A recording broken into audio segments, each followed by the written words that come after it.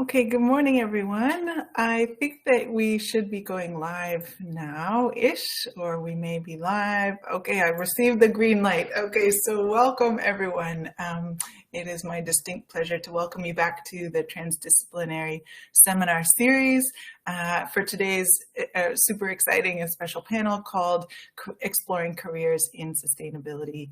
I know there's been a lot of excitement and anticipation for this, and we've got a lineup of 4 wonderful speakers. Just before I introduce them, I would like to acknowledge that the land on which Brock is situated is the traditional territory of the Haudenosaunee and Anishinaabe peoples, many of whom continue to live and work here today. This territory is covered by the Upper Canada Treaties and is within the land protected by the Dish with One Spoon Wampum Agreement. Today, this gathering place is home to many First Nations, Métis, and Inuit peoples, and acknowledging this is part of reminding us that our great standard of living is directly related to the resource and friendship of Indigenous peoples.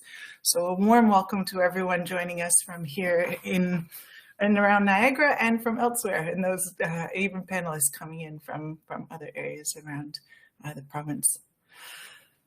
So it is my distinct pleasure to welcome our 4 panelists this morning. I will soon turn the floor over and let them introduce themselves more fully, but just quickly, we are joined this morning by Ryan D'Souza, who works with the Co-op Office here at Brock University, Pulkit Garg, who is a graduate of our SAS program and is a Senior Business Systems Analyst at the Royal Bank of Canada, Erica Harper, another SAS alumni who works as a marketing manager at Too Good To Go, and Michelina Netos, who is our final SAS graduate and the Youth Engagement Coordinator with Climate Reality Canada.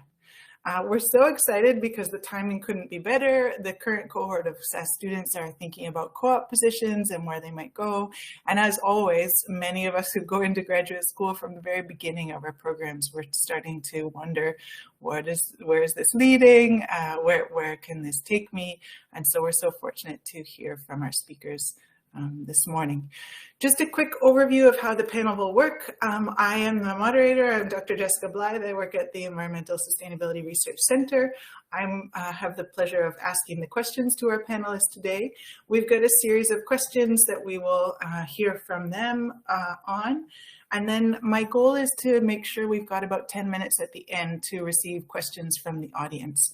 So Erin is moderating our chat for us, and she will send the questions to me. So if you've got questions, please keep them in mind, and you can enter them into the chat function, and we'll feed them to our panelists.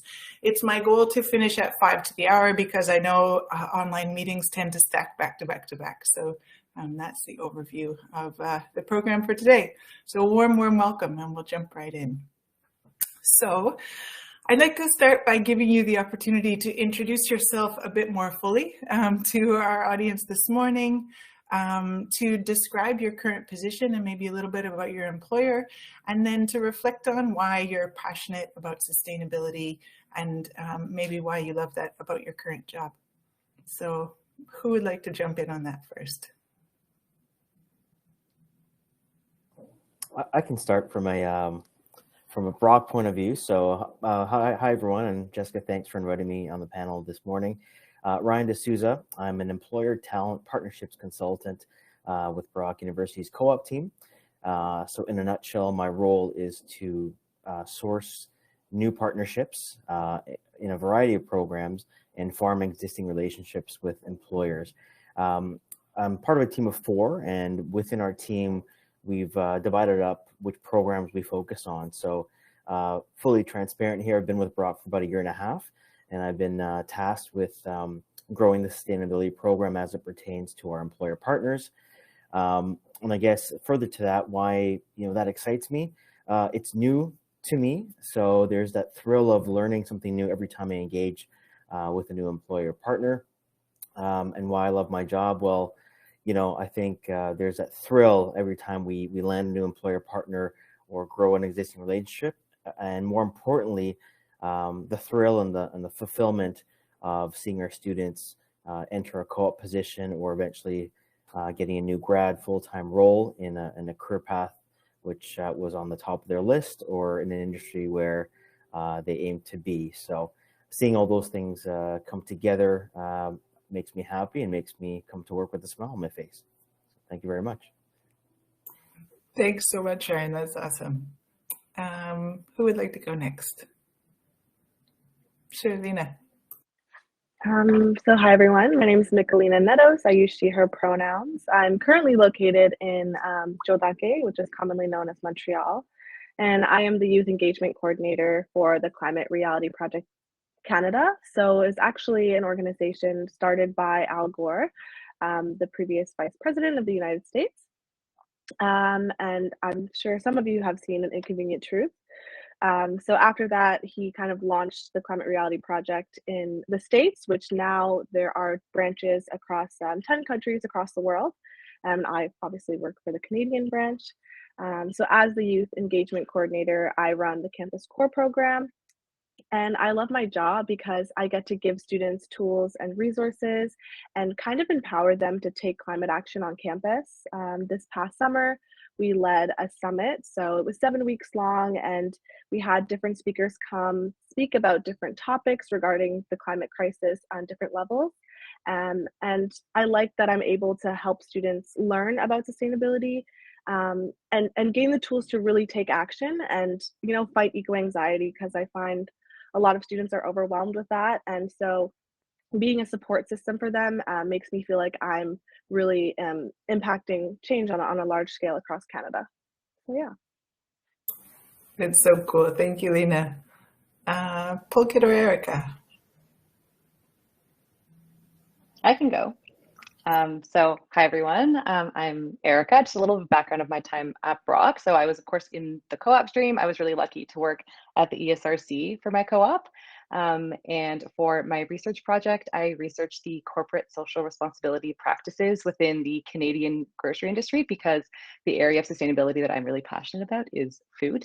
And so back then I actually didn't know how well my research would match up with my current job, because right now I'm working as a marketing manager at Too Good To Go Canada. So basically, if you don't know, Too Good To Go is an app that helps businesses fight food waste. So if you think about a pizzeria, a sushi shop, bakeries, for example, it's really hard to predict demand every single day. So at the end of the day, they mostly have surplus food that they unfortunately have to throw out, hopefully give away when they can, but there are unfortunately really strict restrictions when it comes to donating perishable foods.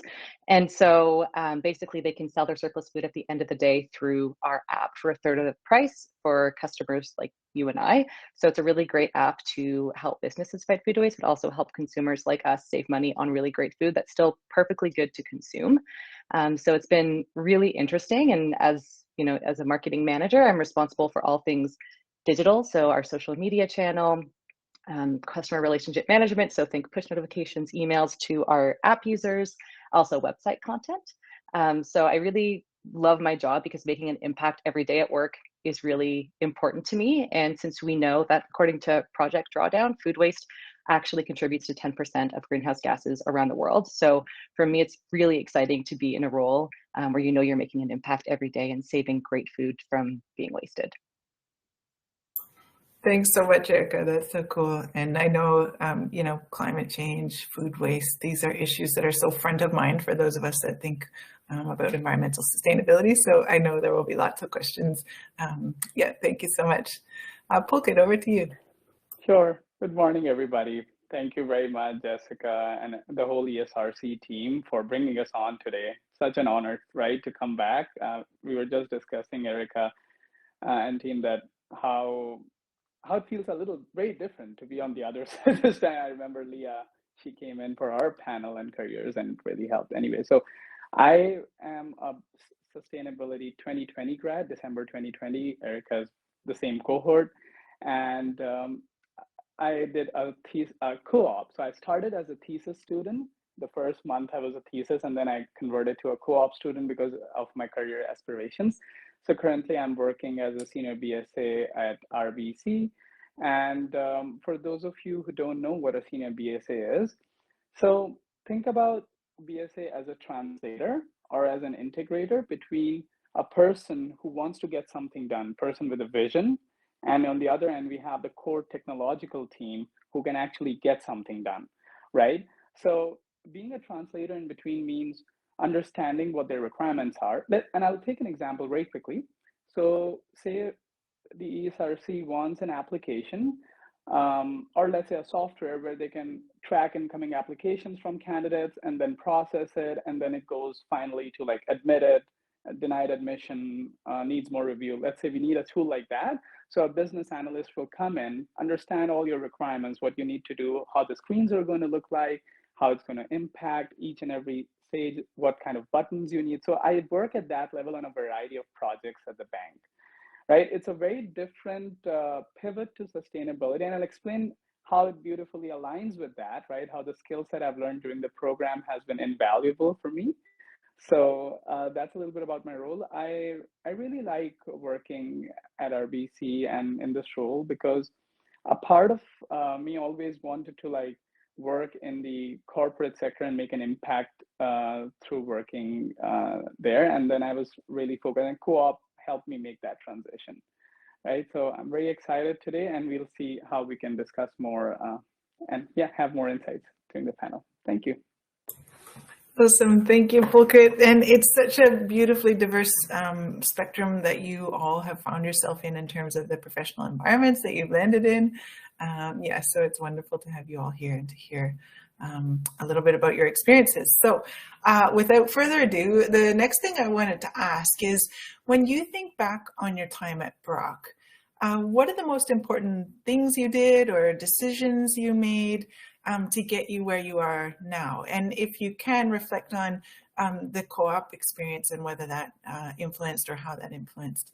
And for you, Ryan, how does the co-op office try to support students in their graduate career sort of development process? Maybe I'll put you on the spot, Ryan. Sure. Yeah, happy to lead off here. So I think there's many facets, but I'll focus on three. The first would be the job board access. So obviously open to all co-op students. Oftentimes there might be roles that are built for co-op, but we can duplicate into our career job board, which would be open to all students. And I think overall, our office tries to aim to secure a variety of roles across various industries. So I'm actually happy that the panel comes from three diverse types of industry, and I think that goes to show where we're trying to go with our co-op postings in terms of sustainability.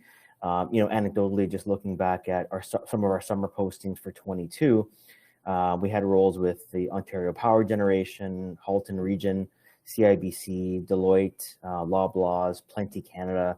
So again, a variety of roles in a variety of industry, just to give our students a taste of where their career paths can start. Second to that is extending that co-op relationship. So, again, while we work with organizations on placing co-op students, we always want to have those conversations to continue to see how we can transition from co-op to new grad. And the best examples are students who are absolute rock stars in their co-op positions in sustainability, so much so that the organization needs to create a new job opportunity for them post-graduation. So that's, the ultimate success story. Lastly, local market insight. And, I could talk about this for a while, but I'll give maybe a story or an example. So for example, we work with PepsiCo Canada, both their beverage and food division. And traditionally the roles that we've posted have been, in finance or in accounting or in sales or marketing. But, as I own that relationship with PepsiCo, and as I own the sustainability program pod in terms of job development, I've been pushing them to see where we can get our students into their sustainability division, which is something that they want to grow. So just having discussions with their HR team, they're trying to introduce projects where they can attract co-op students, and I'm certainly going to push hard to get our Brock students in. But there's some projects that they gave me as an example. So number one was, a project on how to effectively reduce the nitrogen levels in each bag of potato chips without impacting the taste or quality. Teaching potato and corn farmers about more sustainable farming practices to yield more from their crops. And then a cost analysis on impact from converting their their doors with handles to fully automatic doors. So again, it's trying to, I guess, peel the onion with companies that we work with to see where we can, break new ground in creating rules for our sustainability co-op students. Thank you so much for those examples. And they're really, we talk about this in the program, and it's obviously sustainability is now so necessary in every single sector. So I love that example and those, those ways that we try to support, or your office tries to support students in the program.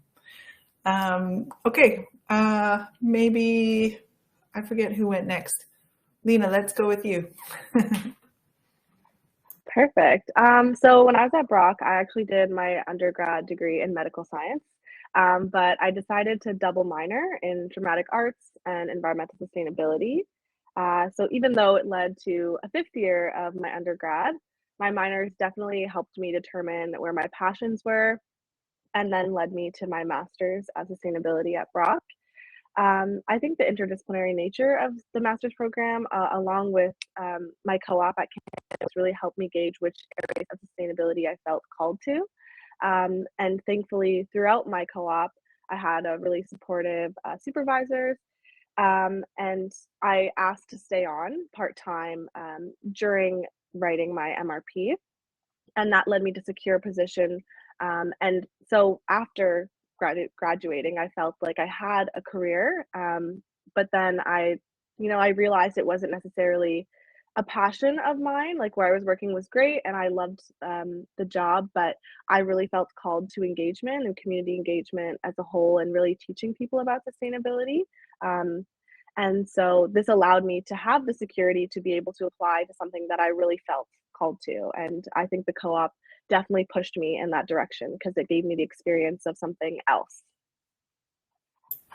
Cool, that's such a great experience, and to share with our students. So thank you so much for that. Erica, let's go to you. Yeah. So during and leading up to my time at Brock, I was really focused on getting as much experience as I could in the area of sustainability that I was most passionate about, which again is food. And I'm sure a lot of people at this time thought that I shouldn't be so specific with my direction in the field of sustainability, but I honestly really believed in depth over breadth, and I wanted to be an expert in the area that I was really passionate about. And just as a little note, I definitely used the word expert lightly because I know that I still have a ton to learn. But I was really lucky during my time at Brock to have a great supervisor, Dr. Todd Green, who really encouraged me to dive deep into the world of Canadian grocery chains and their CSR practices. And I do realize how specific that is, but it paid off. So this really truly allowed me to gain deeper knowledge and the knowledge that I needed to eventually work in the food industry today. And I knew that the research I had done and the experiences that I was getting at Brock were really going to set me apart when it came to applying to jobs in the industry that I had pictured myself in.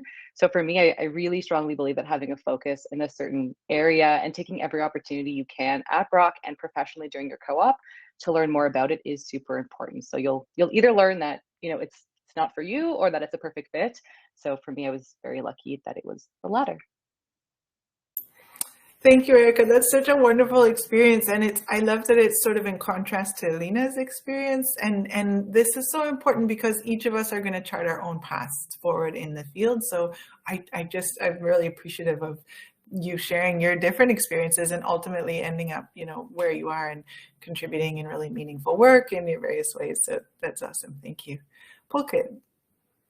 All right. It seems like everybody has already covered everything on this question. But no, it's so fantastic to see these opinions, right, coming in, right? So I'll give a little context again on this question. So when I came to Brock from India after completing my bachelor's, I had no work experience, right? Brand new, hired from school. Okay, I did some co-ops in India, and I was always engaged in volunteering and rural development. But at the same time, I didn't have any formal work experience, as they call it, a full-time work experience, right?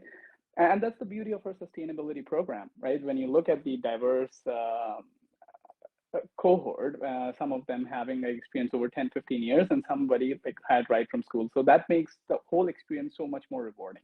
Now I'll go back to referring.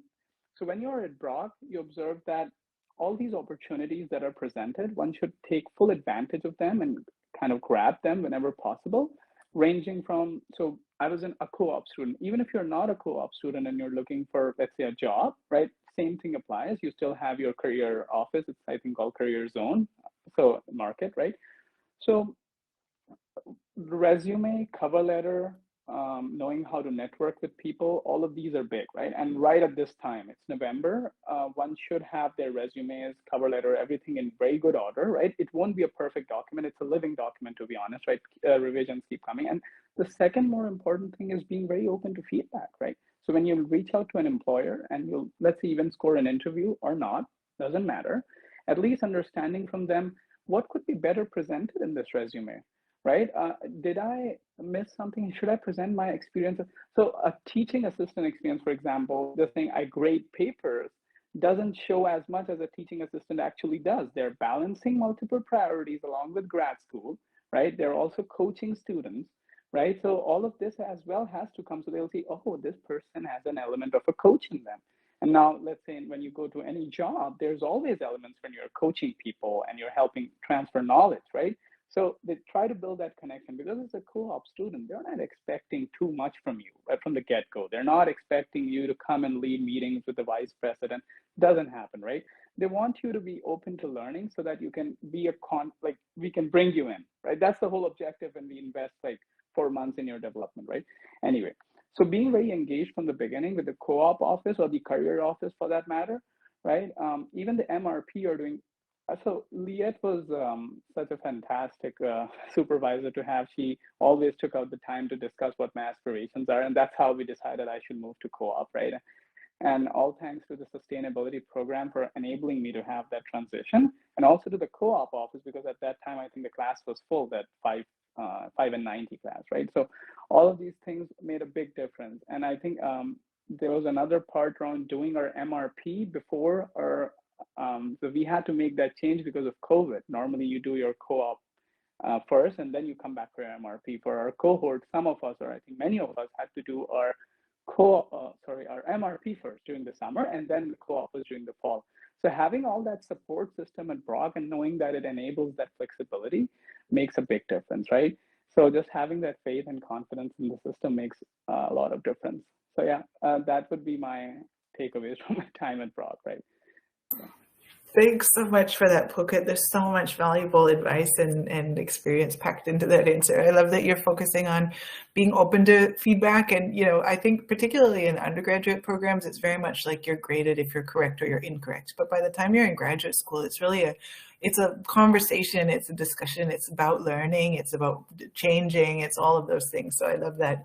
And I love that you mentioned and should flag that all of you experienced COVID in some capacity. And so that, you know, as we continue to, so these ideas of flexibility, you know, are really changing the way that you engage in the workforce and that you engaged in your programs.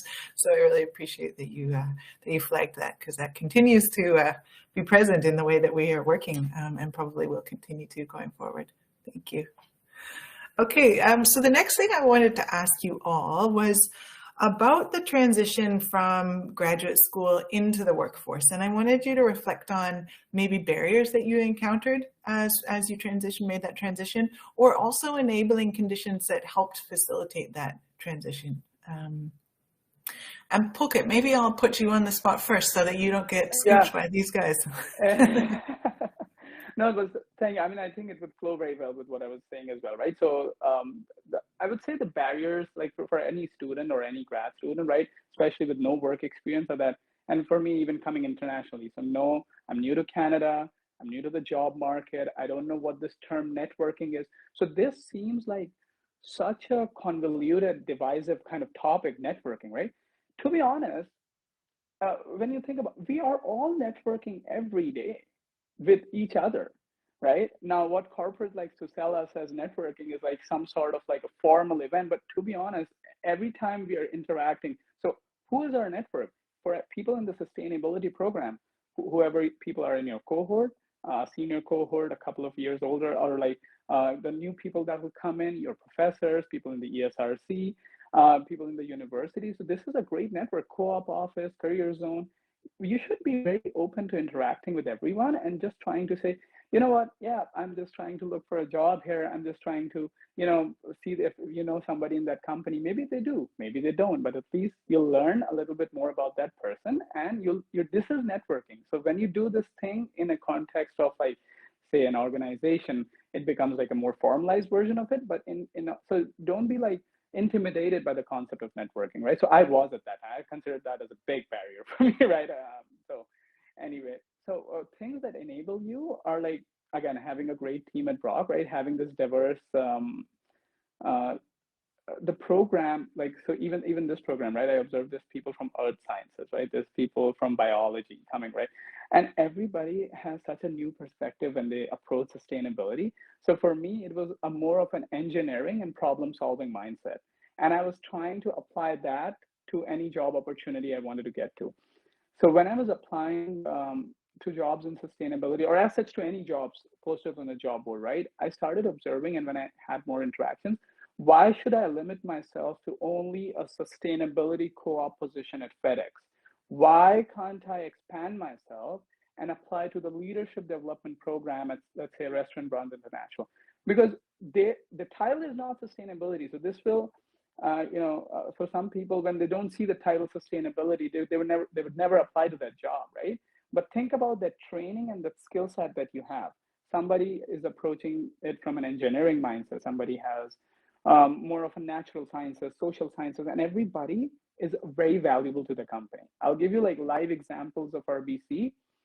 Senior Vice President, Technology and Enterprise Operations, Bernice. She's an English major, no sustainability training, nothing, and she's leading a big team in sustainability there as well, right? We have a psychology majors, law, and everybody, and they're leading entirely different teams than their training was, right? So my only like long answer short is our subject knowledge and matter keeps evolving, right? When we have like our even the IPCC reports, how you see they keep evolving every 7 years, right? So things keep evolving. The whole keeping your core skill set intact is what will take you way forward in any job, or right, because the subject matter does keep changing all the time, right? Even if you study sustainability or you study a whole different field, right? So just keeping that core skill set intact would really help. The human skills, as we call it. That's it. That is so wise, Pulkit. It's such a wonderful answer. So thank you for sharing it. And it aligns beautifully. Now that we've got PhDs as part of our graduate program, we follow these transdisciplinary seminars with a facilitated tutorial. And the topic of the tutorial are core competencies or skills in sustainability. And I love that you point out, because it can be such a challenge if the job doesn't say sustainability. You mightn't think that it's in alignment with your skill set, but your advice is so welcome and so wise. And I love your honest reflections. Sorry, no, you go right ahead. I was just going to say that the honesty around the intimidation factor with networking is also very welcome, because everyone feels that to some degree. And I love that you share that exactly. You already have a really broad network within this program, and your reflections on that were much appreciated. Sorry, I cut you off. No, that's the thing with virtual, right? You never, the facial cues and stuff is sometimes hard to read, right? Anyway, so I was just saying that a big sector where we could contribute as sustainability people is the consulting one, right? So it doesn't even have to be sustainability consulting, right? It can be general management consulting, right? So Deloitte, KPMG, EY, BCG, McKinsey, right? So like Heather from Dillon Consulting, she came when we were in our 5PO4 class, right? So I mean, she was more into a very technical kind of environmental consulting, but all of the consulting firms, when they hire people, they do hire like at a they call it a generalist at that time, right? And once you're making the move, you can choose specific projects in which field you want to develop your skill set, right? So especially for the PhD students as well, right? I mean, of course, getting into academia and going for a PDF is a beautiful option, but if you want to explore more on the corporate side, there's also the sustainability consulting, and they get hired at a very good level, I would say, like at a very, very senior level sometimes when they have that PhD with them, right? So I would start, let's say, at an associate, and they would start at more of an engagement manager position, right? So so that I just wanted to give some context about how all this training that we are receiving in the sustainability program can flow very well into getting into the job market. So I'll stop talking. No, thank you so much. Those are wonderful experiences and ideas to share. So let's go maybe Erica on barriers or enablers of the jump from grad school to your professional world. Sure. Yeah. So, I mean, I think the obvious barrier for those of us who were students in March of 2020, we all saw that in different ways. So that was clearly difficult, but honestly, Brock did a really great job at continuing to host, virtual networking events and making sure we could secure co-op. So yes, that was a barrier, but Brock really did a great job in supporting us. And just to be a little bit vulnerable and transparent here, I applied to many, many, many jobs in the grocery sector for my co-op. Even after that, I thought my background would be a perfect fit for those roles. And very honestly, I never even heard back from those companies. So originally, when I think about it at the time, it was quite, of course, frustrating because you think, I have the background, I have the skills, and sometimes it doesn't work out exactly how you think it's going to be. That's a really common experience for a lot of people. And when I look back now, those rejections, I really, now, knowing what I know now and where I am now, I really don't see those as a real setback. Instead, I really think that they set me up for something that was actually a better fit for me. Looking back, I think that maybe I wouldn't have been, as happy in those types of roles as I am right now in my current role. And as Pulkit was saying, my job title is not, sustainability specialist at Too Good To Go. I work in marketing, but for a company that has a huge focus in sustainability and making an impact. So that's one thing to keep in mind, is that you might get many rejections, but as cheesy as it sounds, really look at it as a redirection for, either keep trying, but also keep your eyes open for other things that are also going to be a good fit for you. And yeah, an enabler that came from that and that experience is, again, Pulkit mentioned it, so I'll mention it very quickly, is really honing my virtual networking skills. So I knew that I wanted, again, to work in sustainability, food. I had my undergrads in marketing, so I knew I wanted to kind of use all of those skills in one. And the more people I spoke with, met with different leaders in different areas of sustainability, food, marketing, kind of focused more in exactly what I wanted. So just keep networking. You never know who you're going to meet, and who they know and who they can connect you with. So I definitely would suggest that you keep networking. I know that it can feel a little bit awkward, but just try to put yourself out there, and it'll definitely pay off. Thank you so much. Those are so valuable as well. And I love that you're focusing on all the stuff that we don't see. Everybody is seeing all of you in your roles in successful positions that align with what you want to do, and you're contributing to the world. But all the other stuff that didn't work out, I love that you brought that up too, because we've all got a much longer list of things that didn't work out. And that's really appreciated. Lena, let's go to you. Yeah, well, I would say the number one barrier would probably be imposter syndrome, which I feel like everybody experiences at some point. So obviously, being like a POC woman, it can be difficult to feel like you fit in a space that, there might not be many people who look like you in that space. But thankfully, actually, through experiences in this actual panel that I've had, I was able to speak to, professionals in the field that did look like me. And they talked about their experiences and how they pushed through. And that really inspired me to not limit myself and really push and try to get what I want, right? So during my co-op, I made that push, and I asked for that part-time position afterwards. And without actually, asking for it, who knows if I would have got the position. So really putting yourself out there. Enablers, I would say, yeah, like networking as well. Like Brock has 10,000 coffees, I think that's what it's called. And it's like a networking platform that matches you with someone. And so I actually had a lot of leadership and mentoring from that platform that really helped propel me towards my career.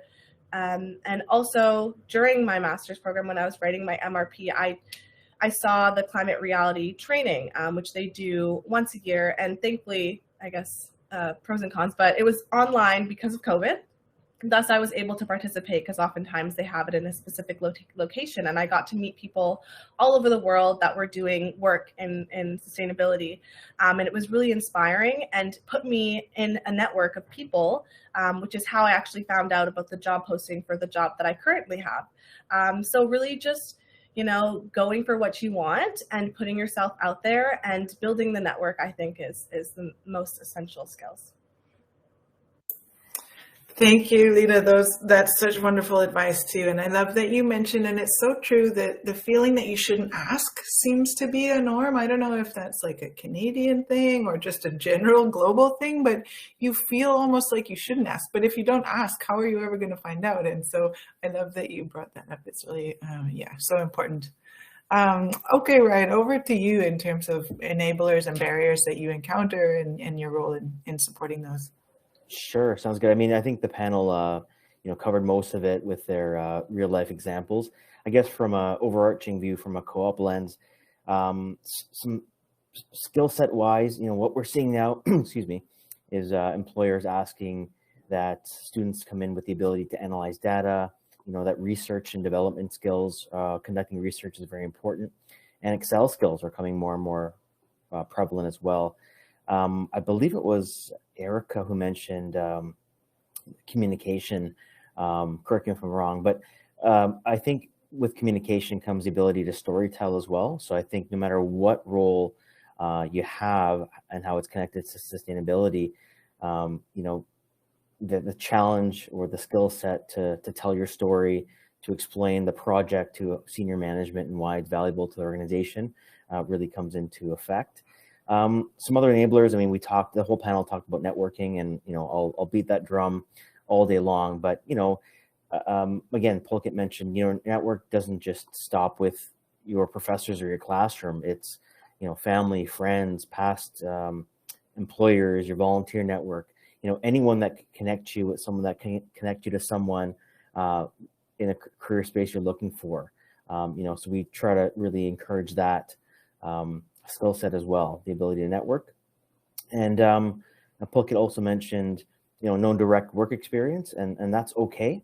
And that's where I say, if you can volunteer, that's a great way to build that resume to, again, open those doors for you in the career space that you want to get into. Some barriers, I think, not willing to do something outside of your program or not willing to get out of your comfort zone. The whole panel talked about sustainability, not just in one silo, but, Erica's example of her working marketing, but for a company that focuses on sustainability. So opening your mind to different roles that might lead to that sustainability element of your job. One we're getting more and more of is not a barrier of not willing to travel or relocate for a short period of time. So I'll bring back up that Pepsi example. As I'm speaking about them on their projects, I look at our student base, 80% plus, 90% plus is based in Southern Ontario, but there might be a co-op opportunity in Northern Manitoba. Maybe not the most desirable place to spend your co-op, but it's something that, if you're serious about it and you want to make an impact in your resume, it's maybe time to take that plunge or take that leap and relocate if you can. And then lastly would be not promoting yourself enough. So not mentioning to your employers that, yes, here's my background, here's what I'm passionate about, and here's why I want the job, not only to impact my 9 to 5 day to day, but here's another element I can bring to your organization that may not be focusing heavily on sustainability right now. Can I be that beacon to carve a path with your company? So yeah, that's it from my perspective.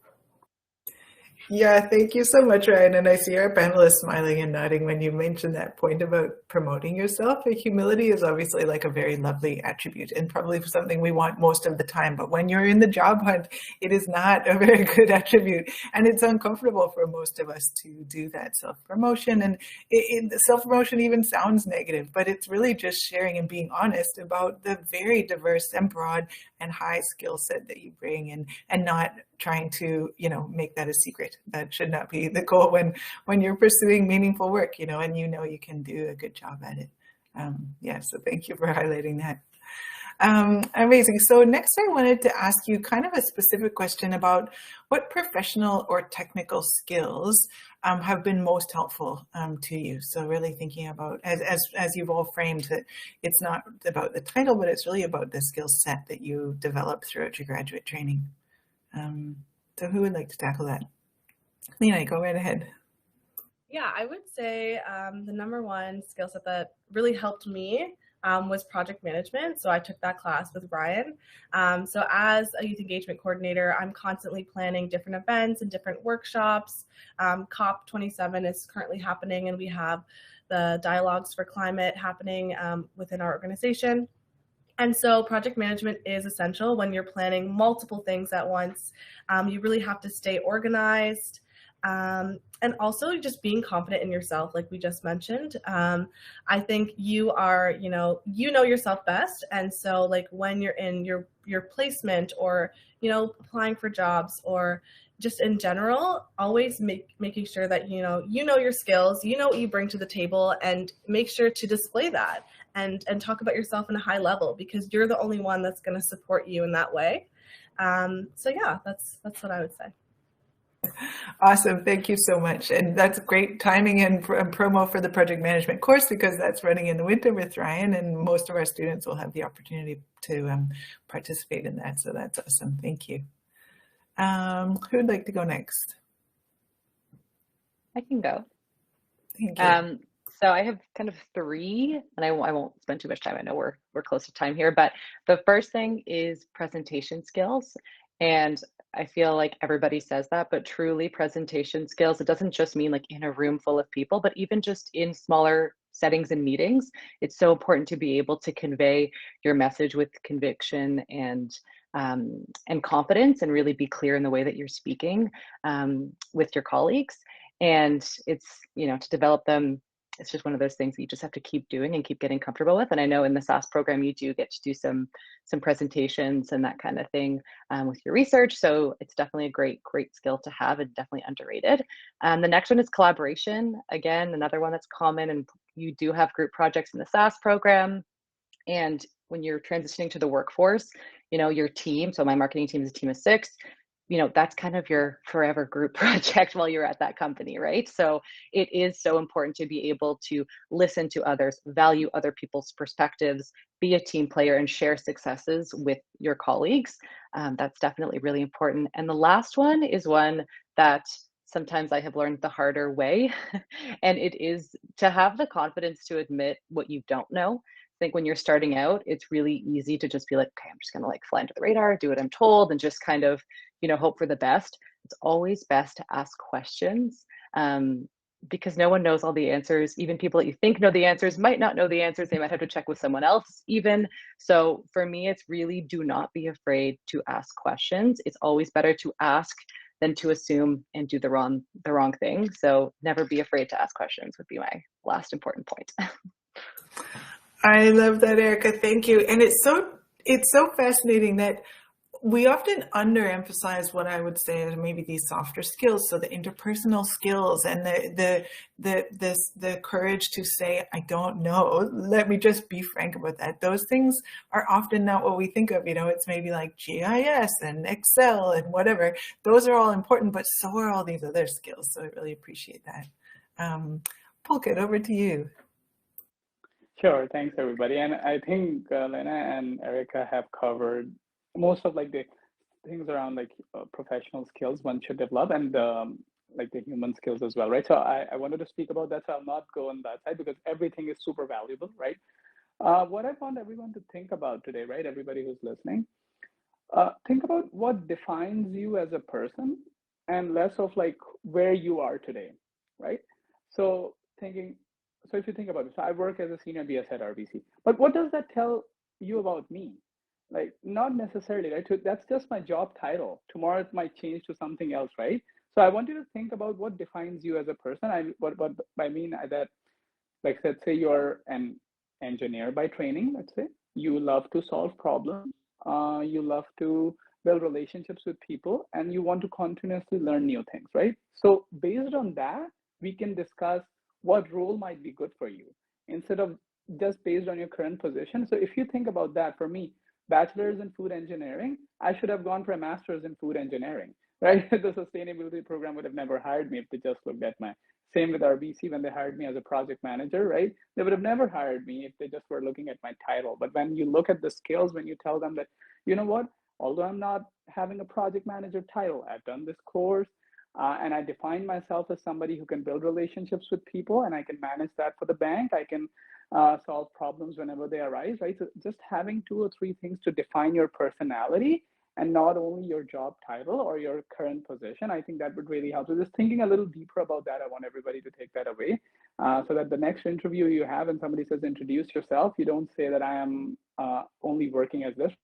You also add some more about that. I'm passionate about 1, 2, and 3, right? You tell them about that so that we know more about you. So that's, and finally, for the networking piece, I want everyone to like try to be more active on LinkedIn, especially who are looking for jobs, right? And if you find that tool intimidating, for sure it is in the beginning, right? So why don't you send a message to all of us in the panel here? We have everybody's LinkedIn profiles listed. So everybody who wants to like take a stab at a test or a prototype, let's say, right? So just send us a message, right, after this panel, and tell what you liked, what you didn't like, if you have more questions, because sometimes 10 minutes is not enough for like a career, right? Like we could have like a 5-hour discussion today and still be short of questions, right? So if we can send us some messages on LinkedIn, right? I don't think anybody here would mind it. Rather, we'd be very happy to connect with you, right? So if we can do that as well. So building, I think these are all the professional technical skills that will help you move forward as well. And a good test, a good first test before you actually go out there next year. So yeah, that's all for mine. Thanks, Pulkit. That's a very generous and lovely offer. And it's true, all of these platforms and skills we just developed through use and through discussion and through observation of peers who are doing it well, and reaching out to peers and colleagues who can help us with advice. So speaking of advice and thinking that I want to give us at least 5 minutes or so to get some audience questions. Final words for the day. I would love each of you to give one piece of advice that you'd like to convey to the audience in just a sentence or two. And Ryan, since I didn't get to you in the last question, let's start with you. Sure. Thank you. So I guess I would say, your dream job might not be your first job. Your first call position might not be what you drew up when you first started school, and that's okay. It takes time. A career in sustainability is not the same as a career in accounting where there's, a well-defined path. Sometimes it takes time, and don't be afraid to create your own position. And I'll just leave, I guess, sorry to take some time here, but a second point of advice. And this was conveyed to me by an industry professional that we brought in from Loyalty One. And she said, make your interest known, in an interview or while you're doing your job, ask if you can be part of a sustainability committee, or if you can take on a role to create one yourself. Show your passions to your employer and see where the path takes you. I love that. Thank you, Ryan. And it's so true. I always knew I wanted to be a professor, but I was afraid to say that early on because I didn't think I had the skill set or the experience, and hiding that is a disservice, and saying it is useful. So that's really good advice. Thank you. Lena, let's go to you next.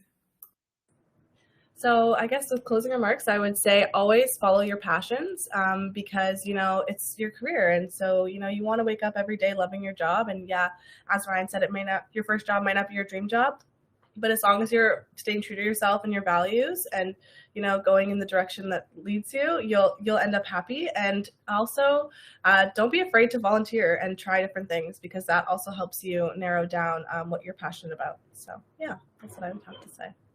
Thanks so much, Lena. Erica, let's go to you next. Yeah, my advice actually, Amanda Smits from the ESRC gave it to me, and I still think about it and I still give it to people. And she said, when you're transitioning into the workforce, don't forget to set boundaries for yourself, because nobody will set them for you. And at the time I was like, oh, okay. But then when I got into the workforce, it is still, she told me that well over a year ago, and I still think about it, and I give that advice to the other people, and I will give it to you, because it is true that nobody will set those boundaries for you. And with work from home and the current situation that we're in, it's really difficult sometimes to find a balance. It took me like 8 months, very honestly, to find a good work-life balance at my current job. And it's just so important to protect your overall well-being, your mental health. You will be a better employee at work. You will be happier if you are really able to set those boundaries. And it does take time, but it's definitely worth it to protect your overall well-being. So that is my general career advice. Thank you so much for that. That is so important. Everybody's nodding, and I really value that piece of advice. Thank you, Erica. Pulkit, to you for a final word or piece of advice. Yeah, absolutely. So my only piece of final advice, right, would be when this process of like getting into the job market or even like completing grad school can be grueling at times, and it can be very challenging, right? So during this journey, make sure that you keep celebrating any accomplishments that you have, maybe little ones as well, feeling very grateful for what's been offered, right? Whether it's like, so when you reflect back, oh, I am in a funded program, I don't have to think about tuition, right? Or I'm getting a teaching assistantship, so I don't have to think about, working an odd job at Walmart for 20 hours, which I'm getting paid in 10 hours itself, right? But working from home. So celebrating and feeling grateful for what one has, that goes a very long way in keeping you happy. That's the that's the end result, right? That's what we're doing it for. So yeah, that's what I would say. That's such good advice and such a lovely note to sort of close on, is celebrate those small things. Keep yourself, taking time to reflect on that, because it's a long process, and takes all kinds of turns and directions. And I really love that. So thank you so much. Okay, we've got about 5 minutes left, and we've got lots of questions. I might take one because I know that everyone is busy and working, and I want to be respectful of time. So one that stands out from the set of questions from the audience, which we hear all the time, and I'd love to hear you reflect on, is, do you have any advice or tips for minimizing imposter syndrome? Anyone, feel free. Lena, yeah, go right ahead. I feel like acknowledging that everybody always feels imposter syndrome. No matter what position you're in, you're never going to know everything, and that's okay. I believe Erica earlier said, don't be afraid to ask questions, because you're never going to know all the answers, and you're not expected to. So being open to feedback and asking questions, and also believing in yourself, because you got accepted to this job or this program or, whatever else it may be, for a reason. And so acknowledging that, and just, being passionate and happy that you're there, and appreciating the opportunity, I think is a good way to combating imposter syndrome. I love that, Lena. I had a boss at the Writing Center at the University of Victoria who always told us, you're smart enough to get into this graduate program, and you're smart enough to get out of this graduate program. And recognizing that you're here because you're valuable and you've got skills, and everybody feels imposter syndrome. I love that. Thank you. I think just keeping my eye on the time, I might just close it there. So I want to say it is so inspiring to see what you are doing with your careers and the kinds of support we've got here at Brock for making this transition.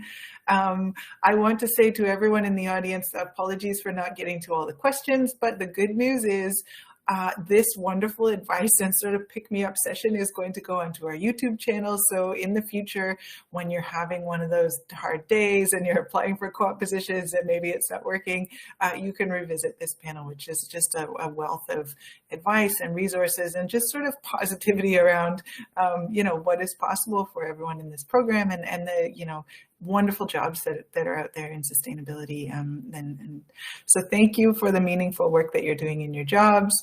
Thank you for contributing to the panel today. And that wraps us up. Thank you all.